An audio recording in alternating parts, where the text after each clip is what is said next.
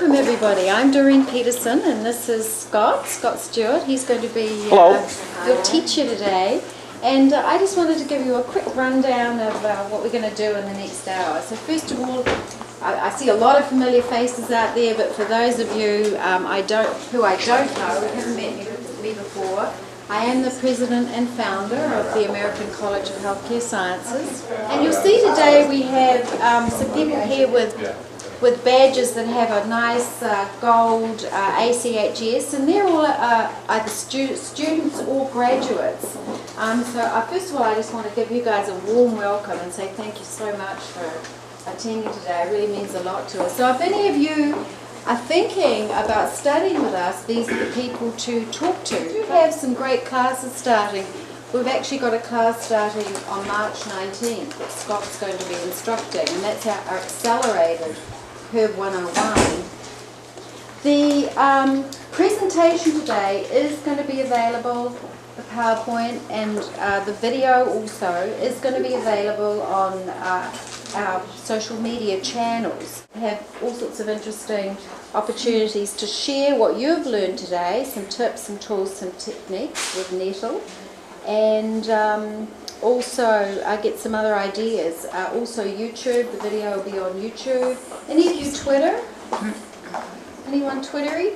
No, nobody Twitters? Oh, you do? Great. Okay, so we'll be announcing things on Twitter as well. So there's lots of different opportunities, and of course for those who are students, there's the My ACHS Connect. Now that is our private Facebook for graduates and students. Anyone of my students in that, graduates in that? Okay, good, awesome. So you can let maybe people know about it there, what we've learned today. That'd be great, because of course we are a global community. That's the exciting thing about ACHS. We have brothers and sisters all over the world that are interested in exactly what we're interested in. We have students in, I think, 85 different countries the last time we counted. So we're reaching a lot of people. So, you have friends all over the world. Wherever you travel as a student or graduate, you're going to have someone you can go and visit. So that makes it pretty fun. But most importantly today, we're going to be talking about Nettle. And I wanted to share just a little bit of my Nettle experience. First of all, the name is really interesting, the Latin name, Urtica. I'm not going to steal Scott's limelight here, but Please, Urtica means stinging. And that's probably one of the most challenging things about the nettle, is it stings when you gather it. So it's definitely a plant that you want to wear gloves for, hence we've put together a table over here with things that are fun for nettle, like the actual dried herb, but there's also gardening gloves there. So if you wanted to, because Sovi's Island, there's a lot of wild nettle out there, you could head out to Sovi's Island once you've done the lecture and know how to identify this plant and actually sustainably harvest some and try out the things Scott's going to be teaching you. But the one thing that I think is fascinating about nettle historically is people would take it fresh, pick it, and whip themselves with fresh nettle in order to cure arthritis. Anyone want to try that? No, you're not. But I thought that was a pretty interesting snippet of historical information about nettle. It's actually been used for about 2,000 years. So all these people in 2,000 years know something about nettle that we're going to be learning today. How exciting is that? I mean, traditional knowledge is powerful, and of course now we have research and science to back it up. So we know actually nettle contains histamine.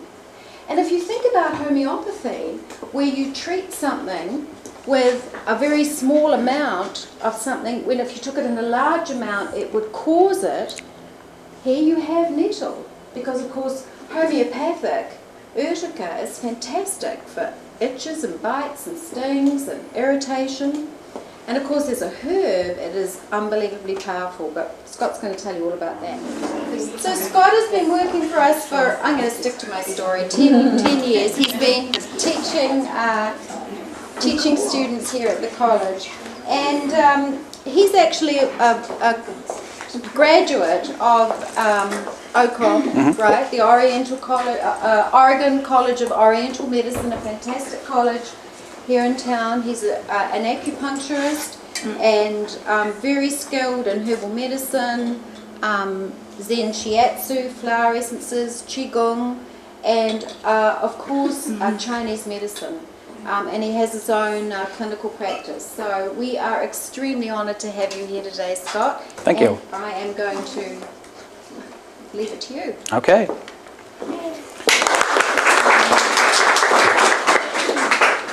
Good afternoon, everybody, and thanks for coming to hear me talk. The LAC does stand for Licensed Acupuncturist, and that's my clinic. I got a big smile on my face there because I'm in my happy spot. That's out in the woods. I think there's probably some nettles behind me there, some cleavers. Probably back down where you can't see, there's some Pacific bleeding heart, some plantain, some yellow dock, probably a trillium is down the hill there. So there's a lot of herbs out in the woods around here, and quite often you'll find a whole bunch all growing in the same place. Now, nettles is my favorite herb, but I like weeds in general. The stuff that comes up in your backyard and says, "Hi, here I am," like dandelion and plantain and cleavers, blackberry,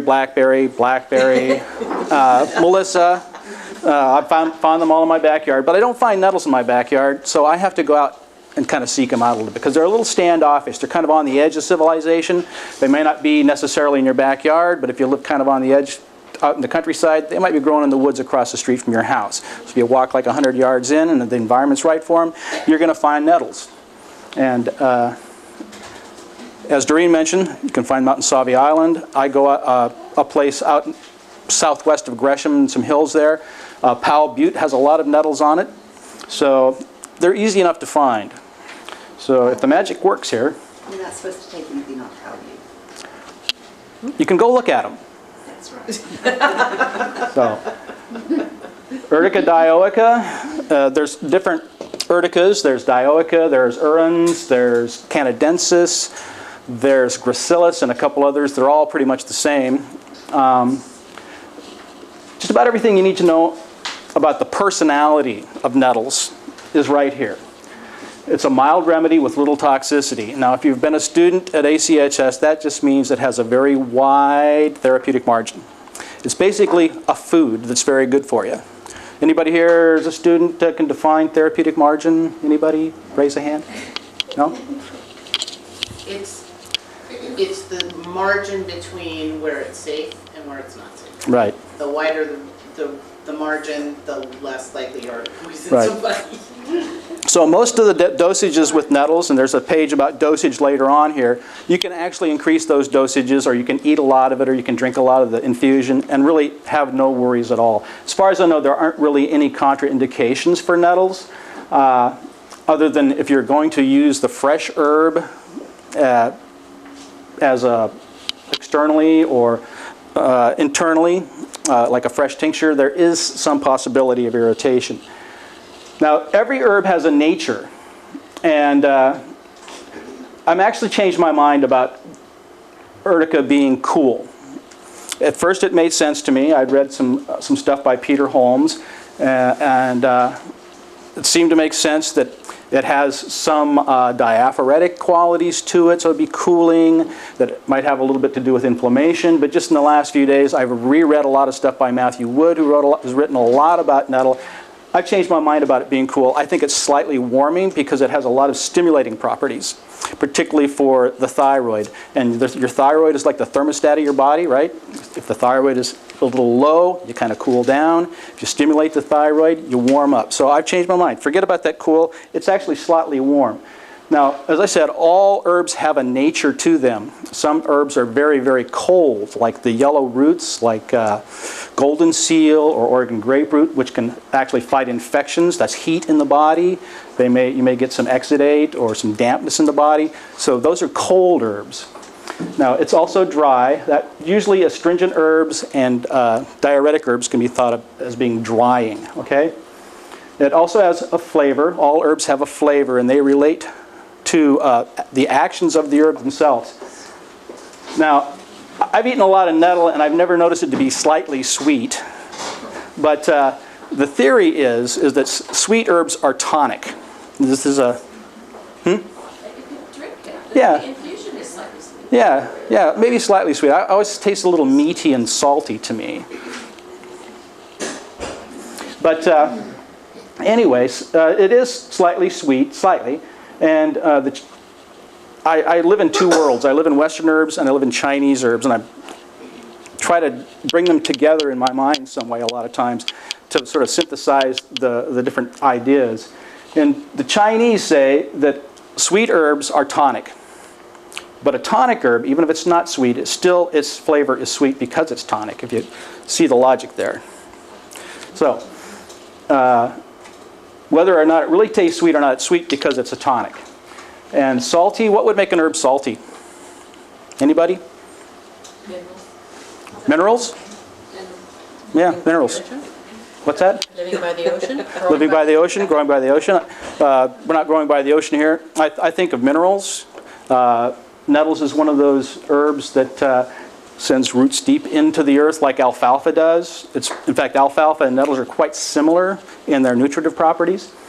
Also, I think of protein as maybe tasting a little salty or meaty.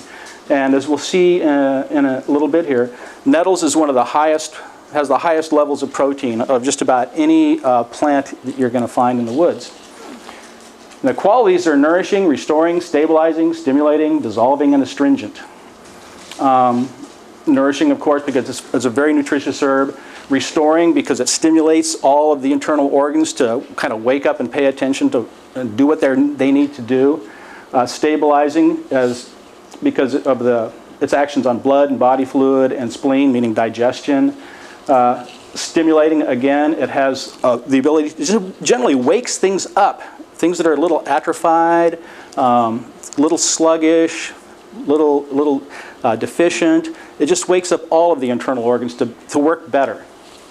It has affinities for blood. This is a very important thing about nettles, is its affinity to nourish blood in the body. Body fluids, hormones. The spleen, which is in Chinese terms is digestion and absorption. The lungs, it has a resolvent action on mucus, so it helps strengthen the lungs. When you strengthen digestion, you also strengthen the lungs because of its action on getting rid of the mucus. Liver, that's connected to the notion that it enriches blood. The liver stores blood, and it also has the act on hormones. The kidneys, not only is it diuretic, but in the sense, the kidneys are intimately tied to endocrine system. You have the adrenal cortex on the kidneys. It's also tied to the thyroid gland. Connective tissue and the uterus. That really has to do with its blood nourishing qualities. The tendons, connective tissue, ligaments. When you're deficient in blood, think of it as kind of drying up a little bit. So when you nourish the blood, you're nourishing the uterus, you're nourishing the connective tissue. What's great about nettles is that you can use the herb, you can use the roots, and you can use the seeds. You can almost think of these as three separate herbs because although they all contain all the properties of nettles, the roots and seeds kind of specialize a little bit, and I'll talk about that in a minute. Now, for those of you with a scientific bent, these are the herbal constituents. The main thing here that I want to focus on in a little bit here is that it's almost 25% protein. That's pretty amazing. There's different ways of looking at an herb or a person, and I think the first page that we saw is sort of the personality. It's like, I'd like to introduce you to my friend Julie. She's warm, she's sweet, she's funny, she has an affinity for massage and stupid romantic comedies, Or you could say, I'd like to introduce you to my friend Julie. She's a carbon-based life form. She's composed of proteins and calcium and magnesium. They're both true, right? But with an herb, I think I get a lot more knowing about its personality. It's important to know, however, some of these things too. And a little quote down here to give you an idea how long nettle has been a very popular herb. This goes back to, the 16th century. Doctors and pharmacists are ashamed of fetching such a common weed as nettles from behind the fences and including it in their formulas. Even though both in cookery and medicine it has proven its mighty and impressive effects. So I don't have the quote here, but another herbalist said that nettle is really easy to identify even in the dark. So, yeah, think about that one. So, keeping in mind a lot of the stuff on the first page, these are some indications for nettle. And I just kind of relate some of this stuff. They're kind of in descending order of importance here in a way. The main thing is from a Chinese standpoint, it tonifies liver yin. That's the substance of the liver itself. You have yin and you have yang. Yin is the substance, yang is the function. However, when you tonify the yin or the substance of something, it also functions better. So we have a saying in Chinese medicine, to tonify yin, activate yang. To activate yang, tonify yin. So they're inseparable. This acts more on the liver yin. Yin is, again, substance, and blood is a yin substance. There's a couple ways of thinking about tonifying blood. Either you have more blood, more red cells, or the blood itself is able to carry more nutrition to the body. Nettles does both, actually. The nutrition aspect of blood, in Chinese call it yin, yin qi, or yin energy. That's the nutrition. So it actually will take care of the yin address. A perfect indication for nettles is fatigue, weight loss, dizziness, pale complexion. And nettles is almost, well, if you look at it, there's almost a doctrine of signatures with it. It's tall, it's skinny, right? So the tall, skinny person, pale tongue, pale nail beds, right? You look at them, you press on them, they're pale, and they don't spring back, they just stay pale. Kind of indicative of the person who is blood deficient. Restores connective tissue, as I already mentioned. Any kind of chronic degenerative issue, this is related to blood again. The way it is nourishing, nutritive, builds the blood in the body, helps the substance of the liver itself become stronger.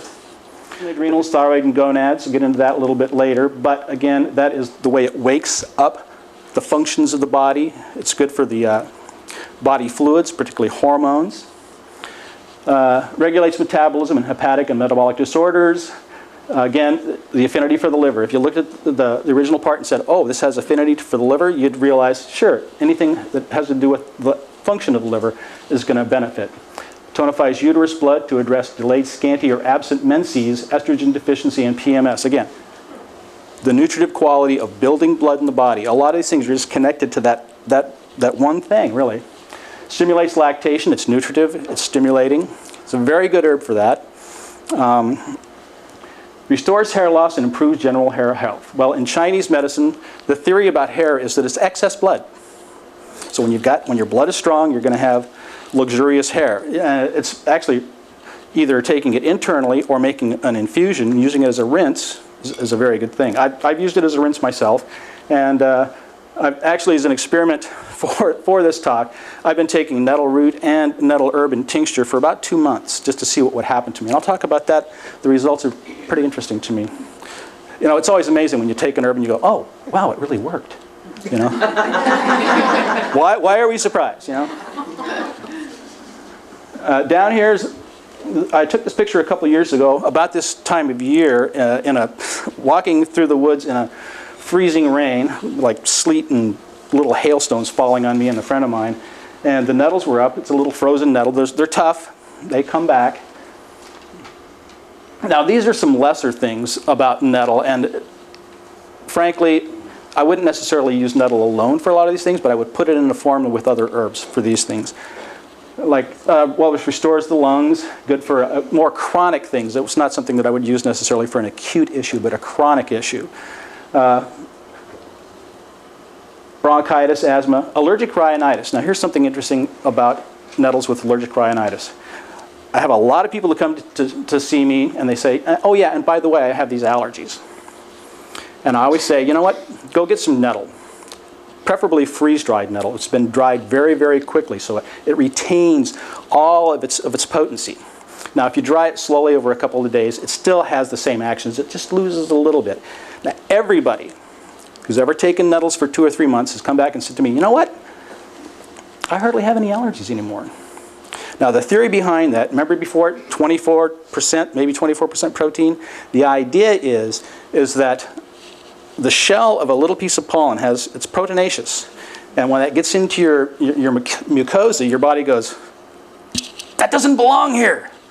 What am I going to do? So you have this histamine response, right? So you get itchy eyes, you get all this mucus, you get all the swelling.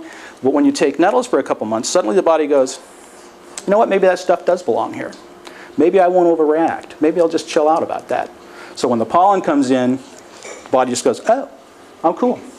No histamine response, no itchy eyes, no mucus, you're okay. So that's the theory behind the allergic rhinitis related to the proteinaceous quality of nettle. And it's astringent, dries, damp, stops discharges, bleeding, infections, diarrhea. You know, I wouldn't necessarily choose nettle as the key herb for that, but if you had a formula with other herbs, definitely nettle could be a part of it. In fact, nettle can be a part of a whole lot of remedies. Detoxifies, reduces tumors, deposits, eczema, arthritis, gout, urinary and gallstones. Remember I said I've been taking nettle for a couple months? Well, you know, I'm at an age where sometimes I got some joints that kind of creak a little bit, kind of painful in my feet, my hands.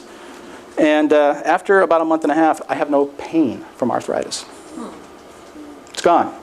This hand right here, this finger still isn't quite fully functional, but it's so much better than it's been. So why is that? Is it the mucosa or? No, actually this gets back, this is theory, okay? We've been using nettle for, well, possibly back to the Neolithic times, you know, the New Stone Age, in some way or shape or form. But we haven't had the science, so a lot of stuff is speculation, but the idea is that certain types of arthritis, you know, you have some inflammation, but, you know, the uric acid accumulation, for example, that type of arthritis, because of the protein, again, we're getting back to the protein, I wanted to focus on that here. Because of the protein, the body uses that protein and takes certain other substances like the uric acid, and it doesn't get rid of it, it just uses it to build other things your body needs. So it's kind of taking these proteins and hooking them up to the uric acid and building something else. So that Take it away. like a black cherry? Yeah, Okay. yeah. So, and you know, it is diuretic. It does dissolve. It's good for, you know, it has an effect of dissolving stones, things like that. It's not strong for that. Again, diuretic to drain excess fluid, congestion, edema, ankle swelling, puffy eyes, any urinary irritation. Actually, nettle root is probably not the herb itself. So, I want you to kind of remember this this nettle plant here, because later on there's going to be a picture of another nettle that looks differently. So this has a more slender, narrow leaf. The little teeth on the edges aren't so pronounced. This is a nettle in flower. I have never harvested nettle seed. I'm going to this year. The nettle seed is specific for thyroid, subclinical hypothyroidism. Now, within the range of your markers for what's good for your thyroid, you know, what's considered to be normal, there's high, there's low, but the doctor will say, well, your thyroid's normal. Doesn't matter. Some people get a little low on that scale within normal, and they manifest symptoms of hypothyroidism, or they get up to the top and they manifest symptoms of hyperthyroidism. You go to the doctor, well, I don't know what's going on, you're normal. Forget about normal. When you have that low end and you're still getting those symptoms, things get cold, you get cold, gain a little weight, you know, maybe you're not digesting things quite as well, you're seeing you know, undigested food in your stools or something like that. Nettle seed, and I think actually nettle herb, are stimulating to the thyroid and help regulate that. Immune stimulant for toxic insect bites, haven't tried it. Scalp and skin restorative for tropical use, similar to root and herb. You know, I think getting a lot of nettle seed must be pretty tough, because it's got to be like powder. It's really got to, I'm not going to waste it on, you know, on my hair. I'll just use an infusion of the leaf, because you can get a ton of that. If you find a little bit of nettle, you'll find a lot of nettle.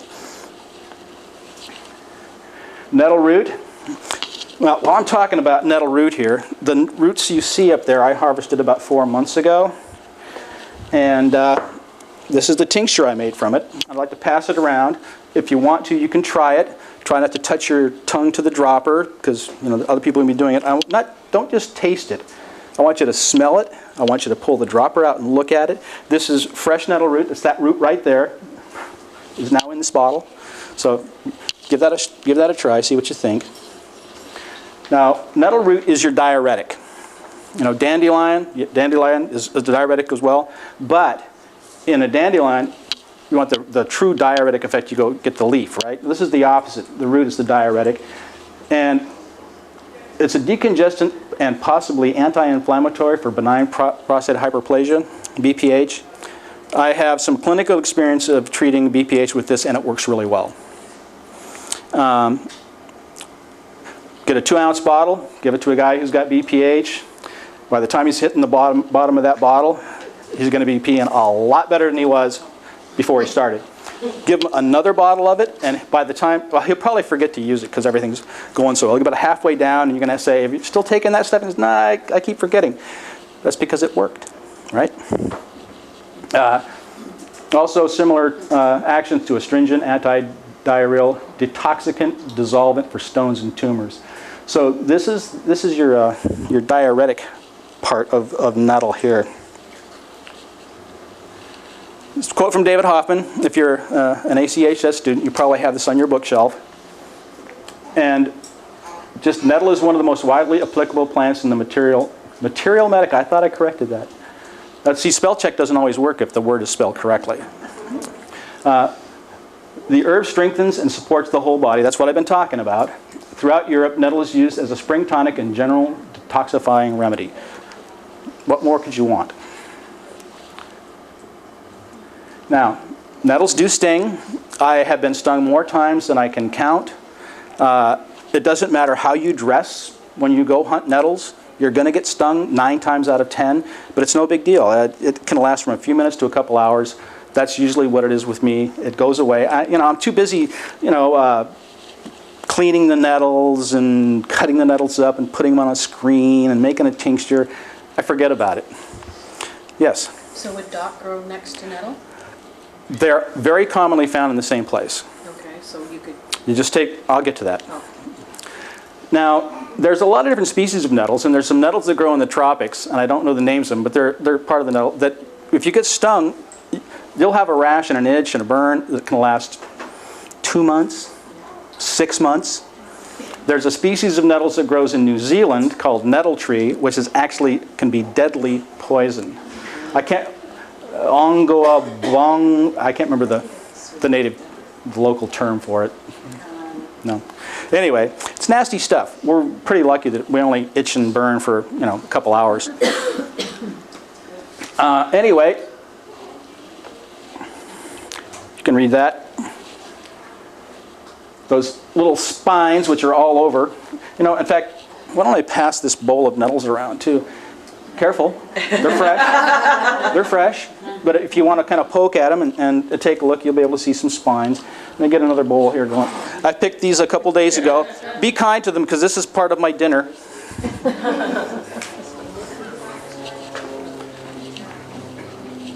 You might want to smell them too. They've got a kind of this pungent, acrid, dusty, musty odor. And in the summertime or the late spring when you're out walking where the nettles are, they're a couple days old, so there might not be that. It's like cat pee. Cat pee, yeah. That's what I thought too. But when they're fresh and you're out in the woods, they've got this amazing kind of smell, and the whole area will just be permeated with the smell, particularly as you start cutting the tops off the nettles. So is it only the stems, or do the leaves sting as well? Oh, the bottoms of the leaves have the hairs too. The bottoms of the leaves and the stems will sting you. So are they still active, being that they're 2 days old? Why don't you try it? Do you have any dock handy? No, I have some at home, but not handy. Supposedly, the stinging qualities of nettle deteriorate really quickly after they've been picked. Now, these have been in the refrigerator for a couple days, but I haven't been stung by nettles that have been around or dried or cooked. The stinging properties deteriorate really quickly and really easily. So yeah, yellow dock, you can make a field poultice. I think plantain would probably work. So if you don't know what yellow dock looks like, it looks like that.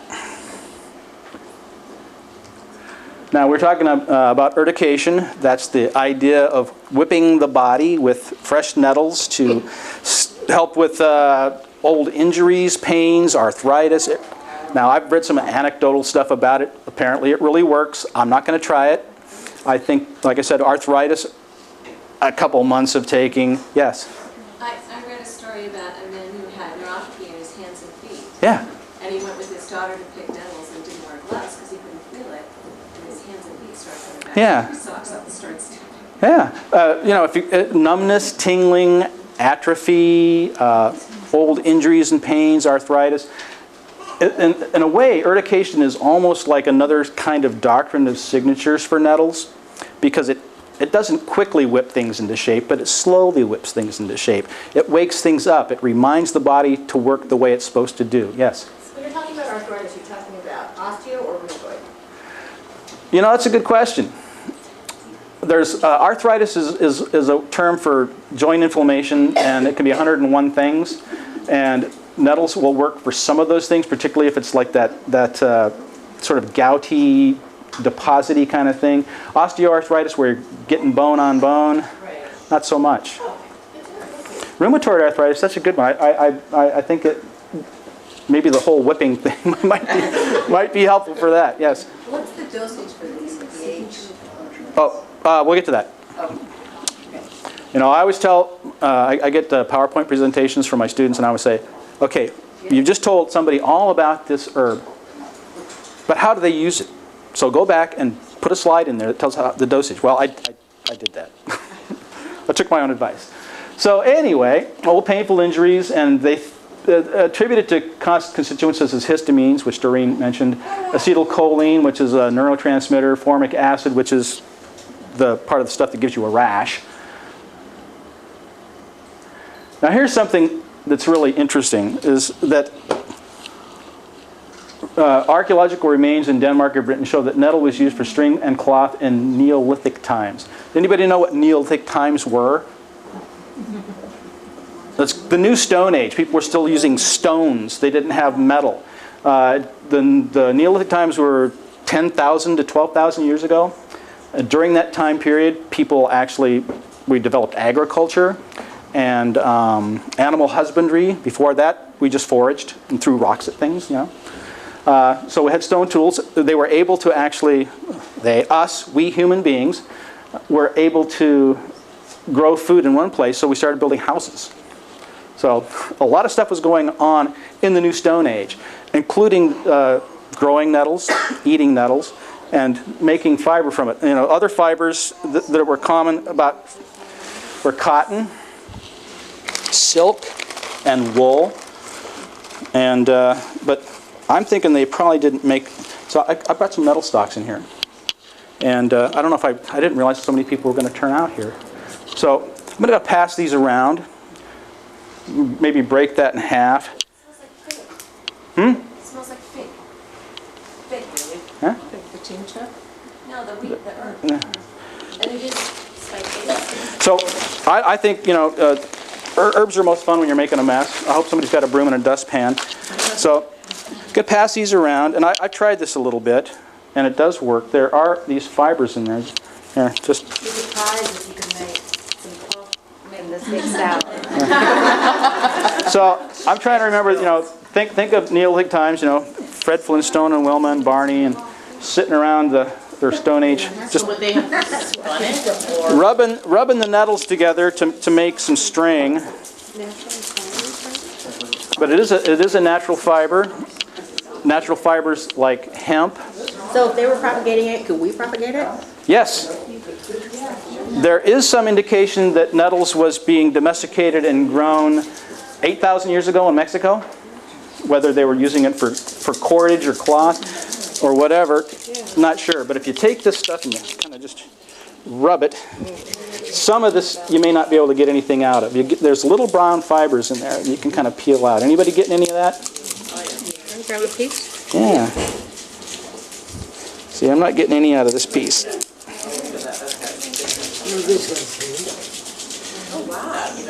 Yeah, so see the little fluffy stuff there? This stuff right here. The fluffy stuff. Yeah, it's kind of a little fluffy fiber on the inside. Anybody get any?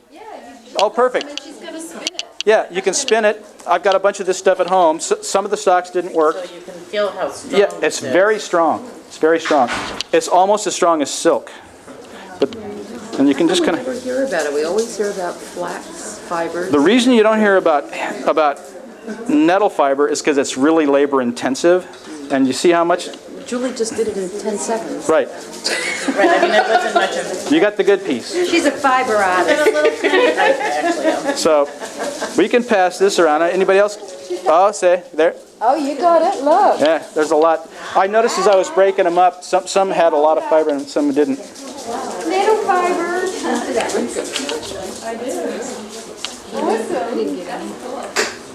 So in some cultures, yes, they made fabric, textiles.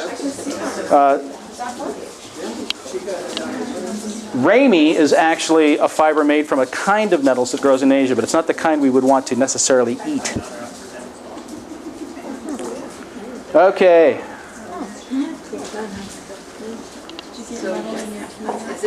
So as you can see, nettle fibers are hollow, which is very unusual for a fiber, so it's good insulation. 50 times stronger than cotton, and naturally fire retardant. What a wonderful thing. If it wasn't so dang labor intensive, I think it would be all great if we were all wearing nettle clothing. I'd love to have a nettle sweater, you know. This is a little interesting factoid here that during the First World War, the Germans were low on cotton, so they made their uniforms out of nettle. And if you go to a museum in Europe, for example, a lot of the old cotton uniforms have decayed, but the nettle uniforms are in beautiful shape. I included a quote from an old Scottish poet, Scott Stuart, so my heritage is Scottish, so I had to work that in there. I have eaten nettles, I have slept on nettle sheets, I have dined off a nettle tablecloth. I've heard my mother say that she thought nettle cloth more durable than any other linen, which is true.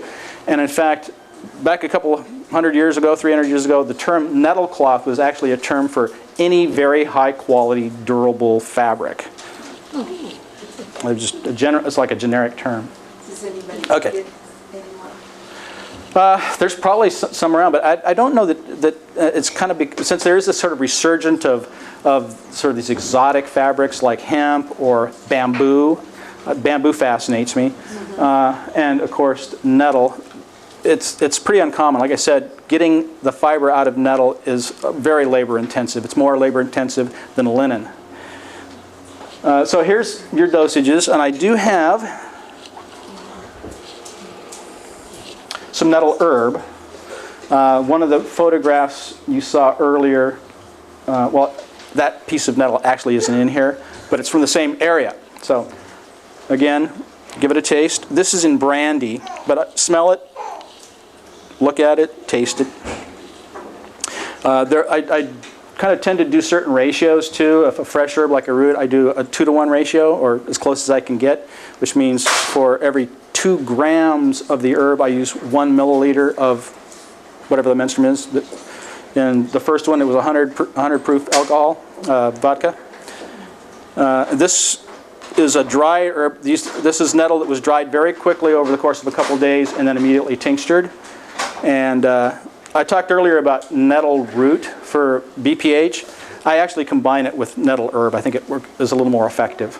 It was just fine alone, but I think it's a little more effective when you combine both. So there's your dosages. Again, there's a range there, but you could easily use more of this because it has such a wide therapeutic margin. A little quote from Cascade Anderson Geller. I don't know if anybody here knows Cascade or has taken a class from her. She's been around for I don't know how long. She's been around forever. She's one of the first women to ever work for the Forest Service in Oregon, and the reason she got that job is because she wanted to be out in the woods with the plants. So she's always carrying around all of her books, and all the guys made fun of her because she was always picking the weeds and looking at them. I've been on a couple herb walks with her, taking classes from her, and what formal training I have in Western herbalism came from one of her disciples, Becky Stinson. So she's sort of like my herbal godmother, you might say. And if you ever get a chance to, yes? Oh, when you're done with this, I was just wondering what a long infusion is. Oh, a long infusion? That's what it said for the... Oh, yeah. A long infusion, just longer than normal. You know, like what's an infusion? 10 minutes? A long infusion would be 20 minutes. Oh, okay. You know. And it doesn't mean in a longer glass or anything like that. So this is, again, the perfect indication for nettles. I use lots of Urtica for all kinds of things. It's my favorite herb, and I use it as a base for many formulas, especially drawn to it for pale, pasty types. And that's that whole getting things to work better, getting your internal organs to pay attention, building up the blood.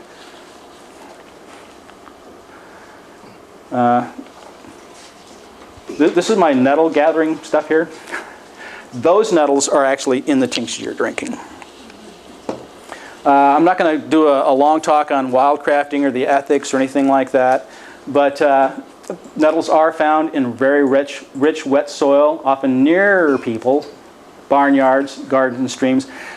They like to go sort of down the water table from manure piles, compost, where that nitrogen-rich soil is. But you know, if you find them out in the woods anywhere, it's very lush.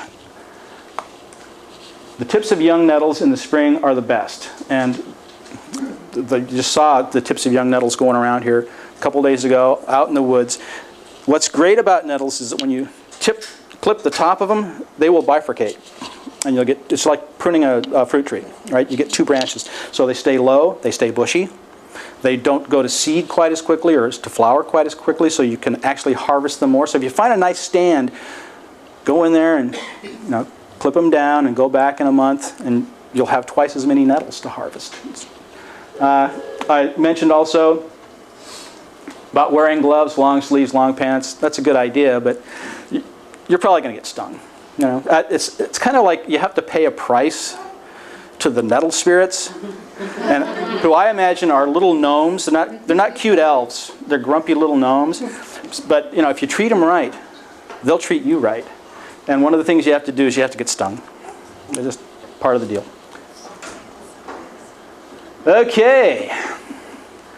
I ate those nettles. I put them in lasagna. They're a lot like spinach. I think the flavor's more intense, a little stronger.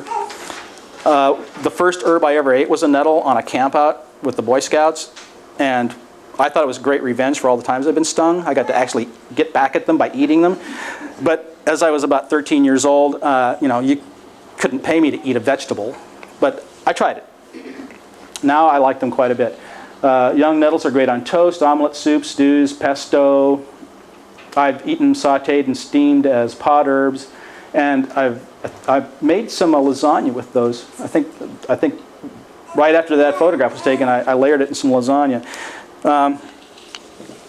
When I was at Brighton Bush last September, I took a class by a guy named Ryan Drum. I don't know if anybody's...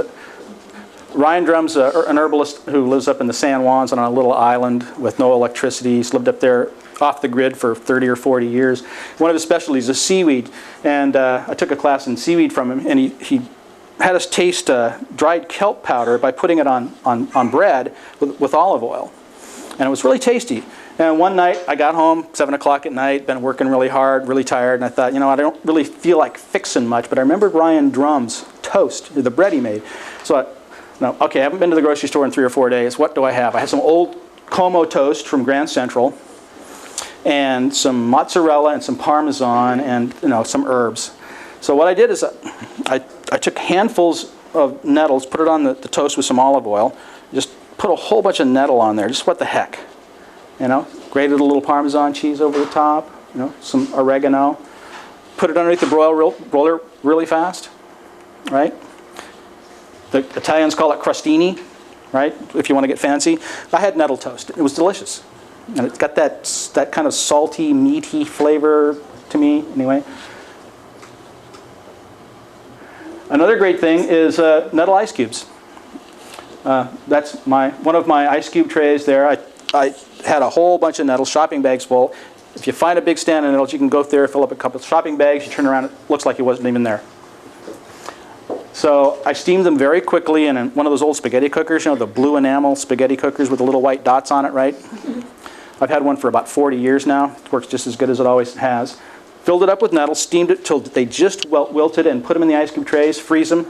When they're all good and frozen, put them in a Ziploc bag, right? If you're going to make soups, stews, or you just want to have a pot herb, just grab the ice cubes, toss them in the soup or the stew, or if you want to make some pesto, you thaw it out and you're ready to go. It'll keep for a good long time. There's a nettle pesto recipe. Did we make some copies of this for people? Yeah, like I said, if you come to Facebook or use any of the other social media channels, you better download this whole PowerPoint. Yeah. So, you know, we're not going to have time to really jot this down, but there's versions of this online. It's an old Italian recipe. I'm sure the Italians are growing nettles in their gardens for this purpose. They're not going out, they got smart about it. And Susan Weed, one of my favorite writers, says, pay attention to Sister Spinster stinging nettle. I don't think of stinging nettle as Sister Spinster. I think more of it as my kind of gruff uncle who's got a heart of gold. You know, because you have to get past that nettle's exterior thing with all the spiky spines and the jagged leaves and all. And they're not pretty. There's no, you know, big yellow flowers or like a rose blossom or anything like that. It takes a little bit of getting past that. Once you get past that kind of gruff gnome spirit kind of thing, nettle will feed you. It will heal you. It will teach you. It offers you the best of the earth because it gets way down deep into the earth. It guides you to walk in beauty. It's good for your hair.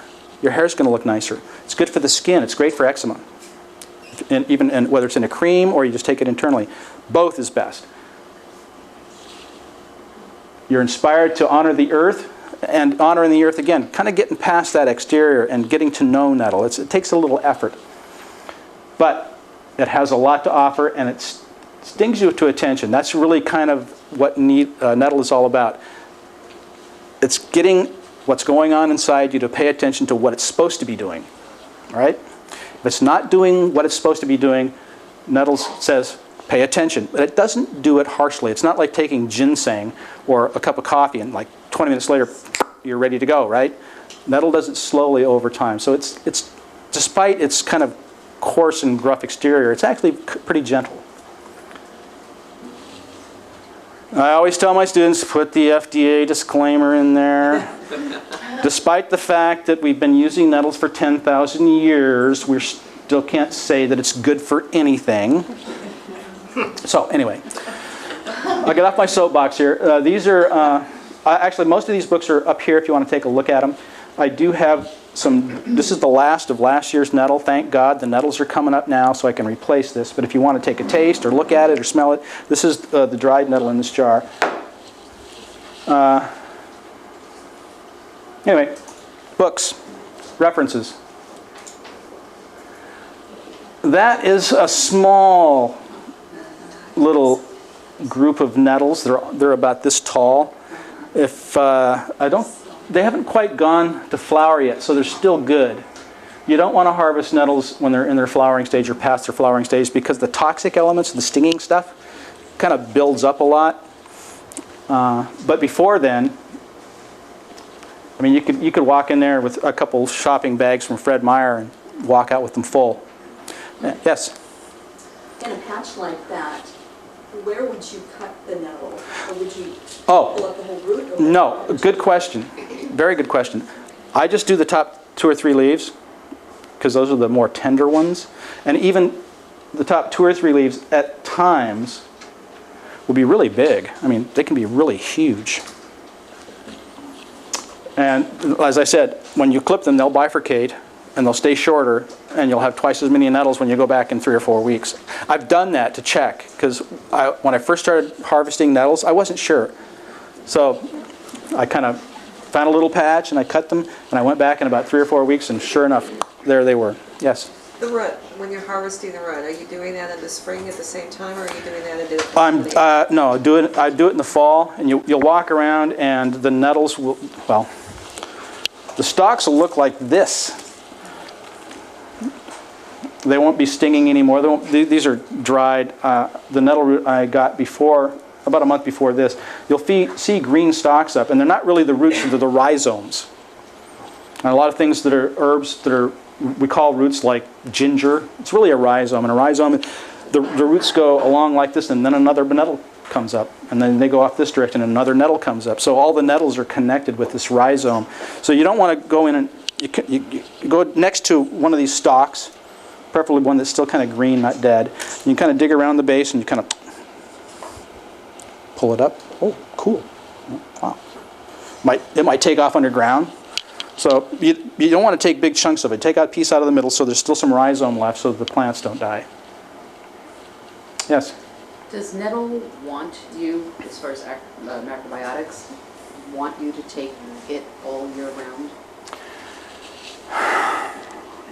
No, I've never thought about that. That's a good question. To me, Nettle is you look at the plants when they're at their best and when they're starting to come up, you know.